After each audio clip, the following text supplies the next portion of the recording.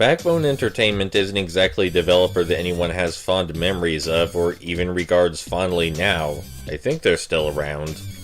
They mostly did commissioned work for other big publishers toward their licensed products, but they did at one point have an original series going for them, their big break it was supposed to be. I am of course referring to the often forgotten Death Jr. And Death Jr. actually had a lot riding on it, in spite of it all seeming rather small in retrospect. Not only was Death Jr. part of a planned franchise by Backbone's CEO meant to include comic books, action figures, and an animated series, but it was advertised as a killer app for the PlayStation Portable. Portable games have finally arrived, the narrative went. No longer are they inferior to your console games. You can now have a console quality experience on your portable gaming system. So with the pressure of briefly being the face of Sony's PSP, the pressure of intending to sell a whole lot of units, kickstart an entire franchise, a multimedia franchise at that, does Death Jr. stand up? Was it ready for the task? Well, in short, no, absolutely not. Let's start with its failings in multimedia franchise potential before we move on to anything else. To start with, the characters portrayed in Death Jr. are incredibly vaguely defined. They don't have much of a personality, all of them seem to act like various shades of asshole, and worst of all, DJ himself seems to have the least personality of any of them.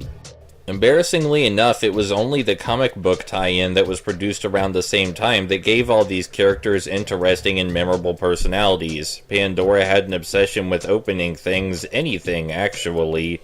DJ seemed oblivious to his awkward appearance. Seep was, yeah, an asshole. Stigmartha, the girl with the bleeding hands, her hands bled whenever she was nervous, and she's always nervous. Dead Guppy is a dead guppy. And Smith and Weston, the two conjoined twins, no longer both assholes, and have distinct personalities in spite of their shared brain. Any hint of this character is all but missing from the Death Jr. video game, which was far more advertised, definitely reached a wider audience, and was Backbone's chance to actually sell these characters on people. The presentation and characters in the comic books were so much better received, in fact, that when it came time to make a sequel, Backbone Entertainment straight up stole a whole ton of lines and characterization from the comic book, even borrowing some of the visual design.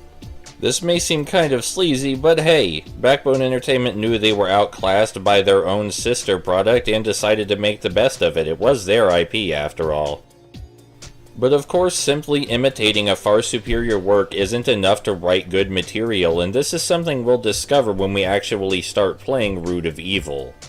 But for the sake of fun, assuming we lived in an alternate universe where the comic book was the main method of distribution, is the comic book enough to launch an animated series in an action figure line?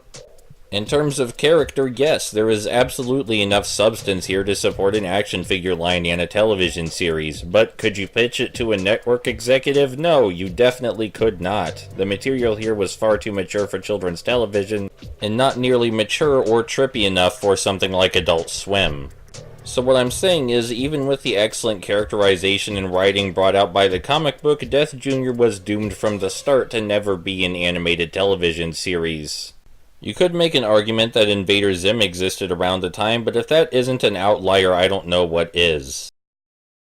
Now back to the Death Jr. video game and its unique failings in video game design. Death Jr. is something of a pseudo-arena shooter. It's a third-person shooter, yes, where a ton of enemies spawn in all at once.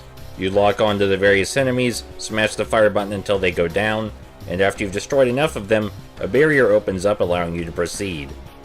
A lot of people roll their eyes and sigh at this kind of game design instantly, but I'm personally a fan of it as a fan of traditional video games. I don't think there's anything wrong with having to clear an area of enemies before proceeding. It is a video game after all, a very traditional video game. No, the failings of Death Jr. don't lie in its basic premise, its combat mechanics, or its enemy types. They instead lie in its control scheme. This is something I was afraid of and intentionally chose to ignore and take an optimistic spin on right up until I actually played the game. Being a PlayStation Portable title, Death Jr. lacks a second analog stick with which to aim your reticle, which is fine, and a lock-on function serves the perfect replacement for this. I'm a big fan of Z targeting, and although you face more than one enemy at a time here, unlike in Zelda, Simply holding down the lock-on button should neatly transition you from one enemy to the other after the current enemy has died.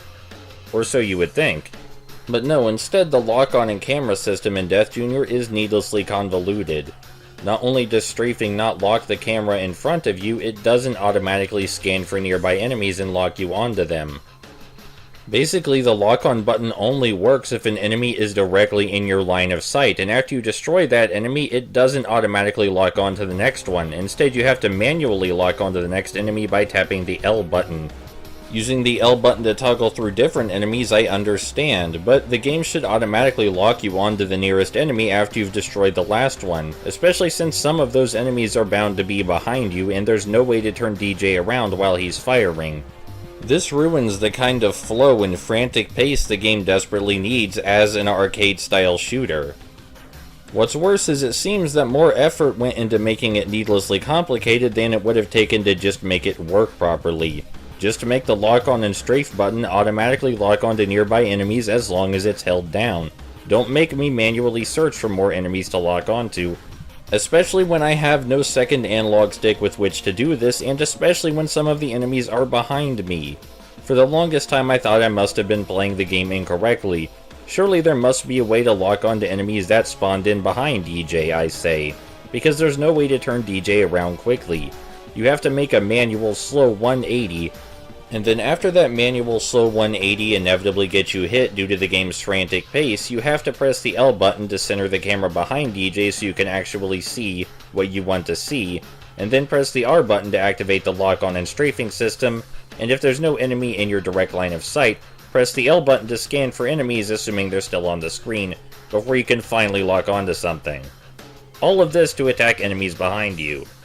I'm struggling to explain this moronically complex lock-on system because it's just so bizarre. I can't imagine why they designed it this way when mapping all of these functions to the R button simply would have made everything work better. The R button could have easily been the center the camera button, the lock-on button, and the strafe button at the same time, while simultaneously scanning for new enemies to lock onto automatically. This would mean the player would no longer have to worry about enemies spawning behind them where they can't see them, no longer have to manually search for targets that are firing projectiles from off-screen, and it would mean that the L button would only have a single function, which is to toggle between the locked-on enemies. What's wrong with you? Why couldn't you have done that?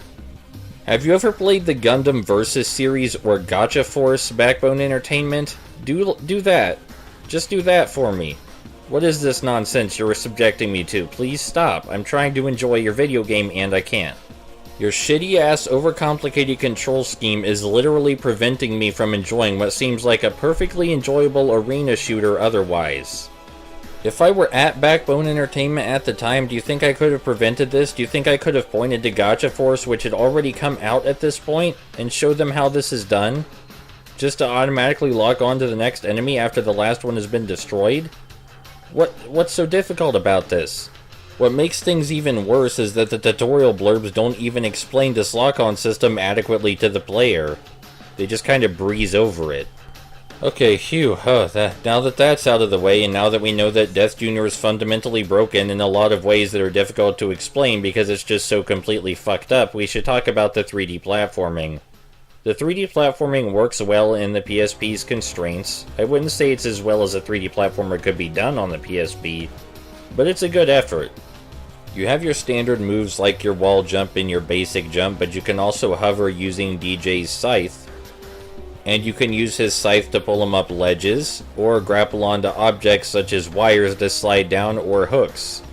They managed to strike a really good balance here between automation and satisfaction. The hit detection for DJ's scythe on the objects of interest is very lenient, but there's also a sense of rhythm in chaining jumps together between hooks, or between wires, between hoops, what have you, with his scythe, and then hovering safely to the next platform.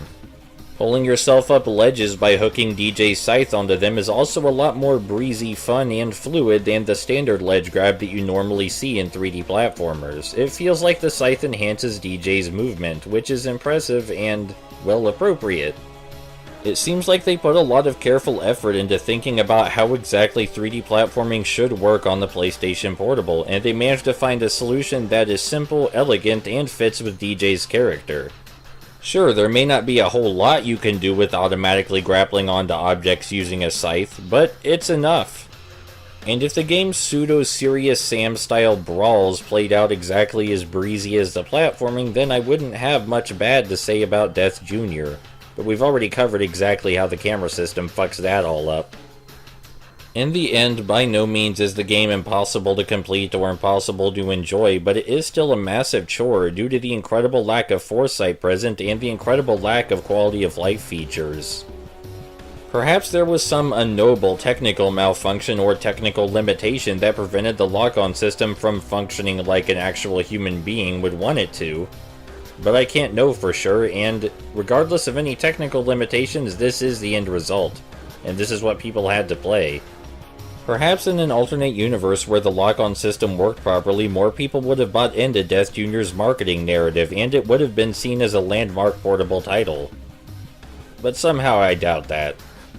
Even if the game did function perfectly properly, it still contains a lot of tropes, in game design mind you, that a lot of people were incredibly tired of at this point.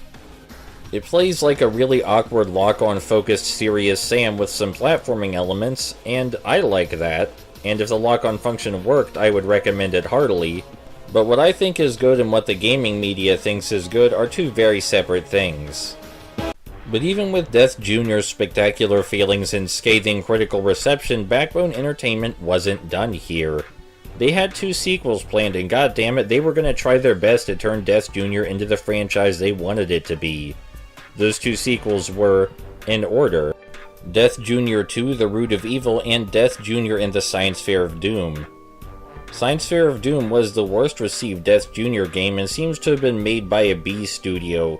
It looks like hell to play and we're not going to touch it. Death Jr. 2, on the other hand, it seems like it got a lot more right than the original game.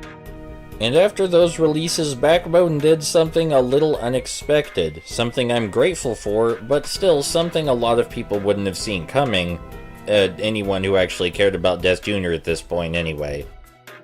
They completely remastered Death Jr. 2 for a console release on the Wii, and I do mean completely remastered. The basic story is here, sure, but they changed the game mechanics up significantly to appeal more to console sensibilities, and there's not even a hint here that it used to be a portable title. It feels wholly like a console experience, and it's also the highest quality product that Backbone has put out to date. Death Jr. Root of Evil still has its problems, sure, but it's also a much more ambitious and well-made product than the original Death Jr., Science Fair of Doom, or Death Jr. 2. And the fact that they dropped the 2 from the title here seems to suggest that they wanted this to be a new start for the franchise, which only makes sense considering the characters act almost nothing like their original incarnations anymore, and more resemble their comic book counterparts. It's for all of these reasons that we're going to be playing Death Jr. Root of Evil on the Wii, to show Backbone's franchise in its best light before it quietly faded into obscurity forever.